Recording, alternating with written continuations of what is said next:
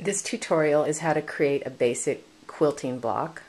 This type of quilting block is called a log cabin because the pieces of fabric are put together at right angles. The first one is called Sunshine and Shadow, and it's actually got a really beautiful story. The center of the block is usually red or yellow. It represents the hearth or the light or the fire in the home. And then you pick a dark and a light color to go around the edge of it, and that represents the sunshine making shadow and light on the cabin. To start, you'll need 3 different colors of fabric.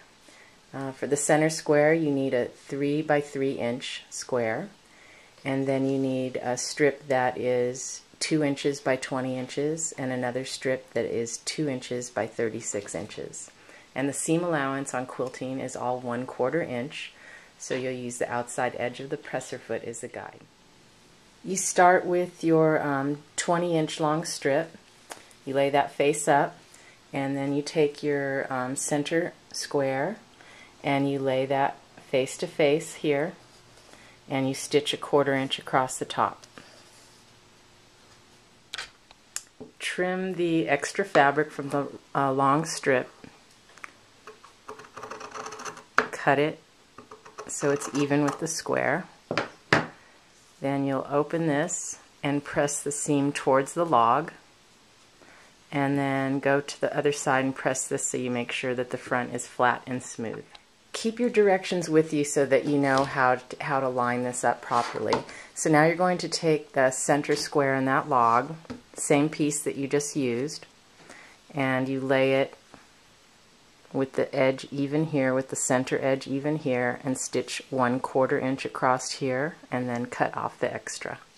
Okay, we're going to cut the extra strip off even with this piece. And then you're going to go, and you have to iron in between every step. You're going to iron every time you iron the seam towards the piece that you just stitched. So we're going to iron it towards the piece we just stitched, and then turn it over and iron everything flat on the front. Okay, we're still using the same strip, we're just making our way around the square. So you're going to lay this even here, stitch across, cut off the extra, and iron again. After you sew your last log on, you'll cut that off. You'll have a little square left, and keep your scraps because those can be used to create other things. And then you always press the seam towards the log that you just ironed on, and now you've had your first tier. This isn't going to be the light and dark log cabin. This is just going to be the regular log cabin to start out with.